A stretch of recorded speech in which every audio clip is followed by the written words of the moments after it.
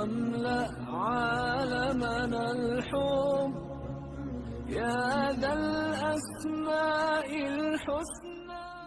نحمده ونصلي ونسلم على رسوله الكريم وعلى آله وأصحابه أجمعين، أما بعد. أعوذ بالله من الشيطان الرجيم، بسم اللہ الرحمن الرحیم. ناظرین و سامعین، السلام علیکم ورحمۃ اللہ وبرکاتہ. میں نے آپ سے ذکر کیا کہ گفتگو کرنی ہے تخلیق انسانی اسلام اور قرآن کی روشنی میں، اور یہ بھی بتایا آپ کو کہ لفظ انسان قرآن میں 65 مقامات پر بیان ہوا ہے. پہلی بار ذکر ہے سورہ نساء کی آیت نمبر 28 میں، اور پیدا کیا گیا انسان کمزور. کمزور کا لفظ سن کر پڑھ کر شاید کوئی یہ خیال کرے کہ جب پیدا ہی کمزور کیا گیا تو پھر کیوں کہا جاتا ہے ہمت پکڑو، طاقت کا مظاہرہ کرو. تو جب ہے کمزور تو پھر ہمت اور طاقت کا کیا مطلب؟ یہاں کمزور سے مراد کیا ہے؟ آئیے آپ کے سامنے عرض کرتا ہوں. ہدایت کی خفیہ راہوں پر انسان خود اطلاع نہیں پا سکتا. اللہ تعالی نے اپنے کلام کے ذریعے ہدایات عطا فرمائیں. تم کمزور ہو، تمہارا علم محدود ہے، اللہ تعالی آسانی کرتا ہے تمہارے لیے، تمہیں احکام بتا رہا ہے. اللہ تعالی کے احکام میں یعنی اس کے جتنے حکم ہیں ان میں بے شمار، یعنی ہم ان کا شمار نہیں کر سکتے، اتنی حکمتیں دانائی کی باتیں ہیں، خواہ ہماری عقل میں آئیں یا نہ آئیں. بعض انسان فرشتوں سے بھی زیادہ طاقتور. انبیاء کرام کا ذکر آپ پڑھتے سنتے ہوں گے. حضرت موسیٰ علیہ السلام کتنی شان والے تھے. پھر میرے پیارے نبی پاک صلی اللہ علیہ وآلہ وسلم معراج میں وہاں گئے جہاں فرشتوں کے سردار جبریل امین بھی نہ جا سکے. نوع انسانی کی کمزوری کا ذکر ہے کہ انسان کی جو جنس ہے، یہ قسم ہے، کائنڈ ہے، یہ کمزور ہے. یہاں جو خاص بیان اس سے پہلی آیتیں اور بعد کی آیتوں کی روشنی میں دیکھیں تو واضح ہوتا ہے کہ یہ انسان اس دنیا میں کھانے پینے کے بغیر، عورت کے بغیر نہیں رہ سکتا. یہ رب تعالی کی عطا ہے کہ اسی کمزور انسان سے وہ بڑے بڑے کام کرواتا ہے. کوئی سوال کر دے کہ کیا تمام انسان کمزور ہیں؟ اگر ایسی بات ہے تو پھر اولیاء کی کرامات اور انبیاء کے معجزات کیا بنائی ہوئی باتیں ہیں؟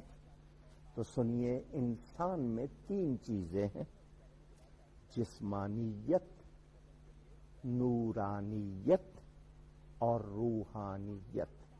یعنی ایک اس کا جسم ہے، پھر عقل ہے، سمجھ ہے، اور پھر قرب الہی کے لیے ایمانی اس کے درجے ہیں. یہ بتایا گیا کہ جسمانیت میں کمزور ہے. نورانیت کا یہ عالم کہ آلات کی مدد سے اپنی آواز اور حرکت اس نے دنیا میں پہنچا دی ہے. راکٹ بنا لیے ہیں، سیٹلائٹ بنا لیے ہیں، انسانی ایجادات آج آپ کے سامنے ہیں. اس انسان کی جسمانیت کے ساتھ روحانیت مل جائے، شامل ہو جائے، انگلش میں کہیں گے مکس ہو جائے، تو یہ بہت طاقتور بن سکتا ہے. بغیر آلات کے دنیا اس کے سامنے گلوبل ولیج ہوگی، اور اس کو انسٹرومنٹس کی ضرورت نہیں ہوگی، جبکہ روحانیت کا وہ درجہ پالے گا۔ انسان کا ضعف، یعنی یہ انسان کی کمزوری جس کا بیان ہوا ہے، اس کے کمال اور نیک بختی کا بھی ذریعہ ہے، اور اس کے نقصان اور بدبختی کا سبب بھی ہے۔ کیوں؟ کہ یہ انسان اپنی اس کمزوری کی وجہ سے ایک حال پر نہیں ٹھہرتا، کبھی اس پر حیوانیت غالب ہو جاتی ہے، غافل ہو جاتا ہے، نہ اس کو آخرت یاد، نہ اس کو انجام کا وہ ہولناک منظر یاد، قیامت یاد نہیں، کیا بیتے گی۔ مثلاً آپ کوئی چیز شوق سے کھا رہے ہیں، آپ کو پتا ہے کہ اس کی اتنی مقدار مناسب ہے، اس سے زیادہ میرے جسم کے نظام کو متاثر کر دے گی، مگر جب حیوانیت غالب ہو، خواہشات کا غلبہ ہو، پرواہ نہیں کرتے، کوئی بات نہیں، دیکھا جائے گا، تو پھر اس کا انجام ہوتا ہے۔ اور اسی انسان پر جب روحانیت غالب ہوتی ہے، اسی انسان پر جب نیکی کا غلبہ ہوتا ہے، تو پھر یہ اللہ تعالی کی حمد اور تسبیح کرتا ہے، یعنی اس کی تعریف اور اس کی پاکی بیان کرتا ہے۔ یہی کمزوری پھر اسے کمال پر پہنچا دیتی ہے، وہ کمال جس کو ہم سنتے ہیں تو سنتے رہ جاتے ہیں کہ ایسا بھی ہوتا ہے۔ خواہشات انسان میں ہیں، ہوتی ہے، ان سے خالی نہیں رہ سکتے ہم۔ خواہشات کا ہونا بری بات نہیں ہے، مگر ان خواہشات میں تہذیب کرنی ہے، ان کو سنوارنا ہے، عقل سے بھی، ایمان سے بھی، کون سی بہتر ہے، کون سی پوری ہونی چاہیے اور کون سی غلط ہے، جو زیادہ میرے اندر جگہ نہ پائے، کہیں اس کا غلبہ ہو جائے اور میں خود کو خراب کر لوں۔ نفسانی خواہشات بھی ہوتی ہیں، ایمانی بھی ہوتی ہیں، رحمانی بھی ہوتی ہیں۔ نفسانی دولت، عزت، شہرت، یہ اس سرکل میں رہتی ہے۔ اے انسان، اپنے آپ کو پہچان، تجھے عزت والا بنایا گیا ہے۔ تیری ایسی کوئی خواہش جو تجھے تیرے مقام سے گرا دے، وہ تیرے لیے اچھی نہیں ہے۔ ہاں، وقتی لذت یا مزہ تجھے ہو سکتا ہے، اس میں احساس نہ رہنے دے، مگر وہ مزہ ختم ہو جائے گا، اس کا وبال تجھ پر رہے گا، زندگی بھر پچھتاوا اور آخرت میں سزا۔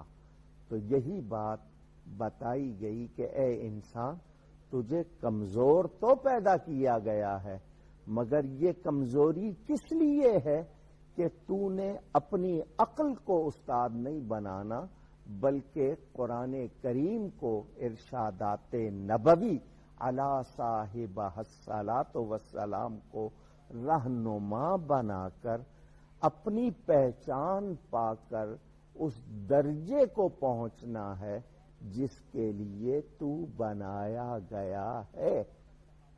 ہم غلط خواہشات کی تکمیل کے لیے پیدا نہیں ہوئے، ہم اپنی ذات کے لیے بھی اور دوسروں کے لیے بھی فائدہ مند بنائے گئے ہیں۔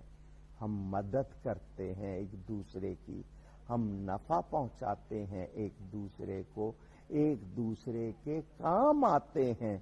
تو یہ کمزوری کا مطلب یہ نہیں کہ ہم کچھ کر نہیں سکتے، مطلب یہ کہ ہم خود اس مقام کو نہیں پا سکتے جب تک رہنمائی نہ ہو۔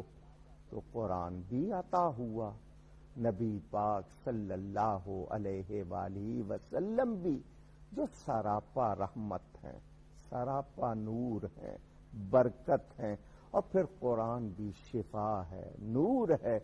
تو اتنی روشنی، اتنی آسانی، اتنی رحمت ہو تو پھر انسان کو ہاتھ پہ ہاتھ دھرے بیٹھنا نہیں ہے، بلکہ اپنی ذات کو اچھا کرنا ہے، اپنے لیے بھی دوسروں کے لیے بھی۔ میرے ارد گرد کچھ افراد ہیں جنہیں میں رشتہ دار کہتا ہوں، کچھ ہیں جن کو میں پڑوسی کہتا ہوں، کچھ ہیں جن کو میں شہری کہتا ہوں، کچھ ہیں جن کو میں وطنی کہتا ہوں، کچھ وہ ہیں جو ایمانی رشتے میں پوری دنیا میں میرے ساتھ بندھے ہوئے ہیں۔ یہاں رنگ، نسل، زبان، علاقہ، قوم، برادری کی بات نہیں ہے، یہاں انسانیت کی بات ہے کہ اے انسان، تو اپنے لیے بھی اور ان سب کے لیے بھی بھلائی کا، خیر کا، اچھائی کا، نیکی کا نمونہ ہو۔ تیری اپنی ذات بھی اپنے لیے اور دوسروں کے لیے فائدہ مند ہو۔ کوشش کی جاتی ہے حب الوطنی سکھانے کی، کوشش کی جاتی ہے ایمانی اخوت کو اجاگر کرنے کی کہ ایک ہوں مسلم، ہم جہاں کہیں کے ہیں ایک ہو جائیں، یا ایک ہوں یعنی ہم لوگ ایمان کے حوالے سے ایک ہیں، ہمیں یہ دوسری تفریق نہیں ہونی چاہیے، تقسیم نہیں ہونی چاہیے۔ تعارف اور تعریف میں تھوڑا سا فرق ہے، ایک چیز پہچان کے لیے ہے اور ایک چیز اس کی شان کے لیے ہے۔ پہچان میں پاکستانی ہوں، پہچان میں اپنی زبان یا اپنی قوم برادری، یہ پہچان کی باتیں ہیں مگر برتری کی نہیں ہے۔ اے انسان، عزت کیا ہے؟ ایمان ہے، انسانیت ہے۔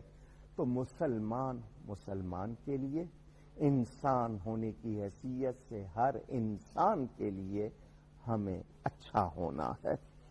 ہم نے مادی قوتیں پالی، آلات بنا لیے، روحانی طور پر اور کمزور ہو گئے۔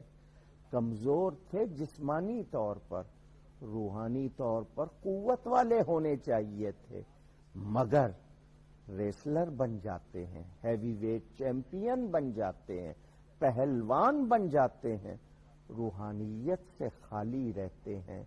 تو انسان وہ انسان ہے کہ جسم اگر بہت توانا نہیں مگر اس میں ایمان اور روحانی حوالے سے قوت ہونی چاہیے تاکہ وہ اپنے مقصد زندگی کو پالے۔ یہ بیان جاری ہے قرآن کی آیات کے حوالے سے۔ گفتگو میں کوئی غلطی ہوئی ہو اللہ کی بارگاہ میں توبہ کرتا ہوں۔ آئندہ نشست میں ملاقات ہوگی۔ والسلام علیکم ورحمۃ اللہ وبرکاتہ۔ يا خالقنا غفرانا نسألك أنت الأسماء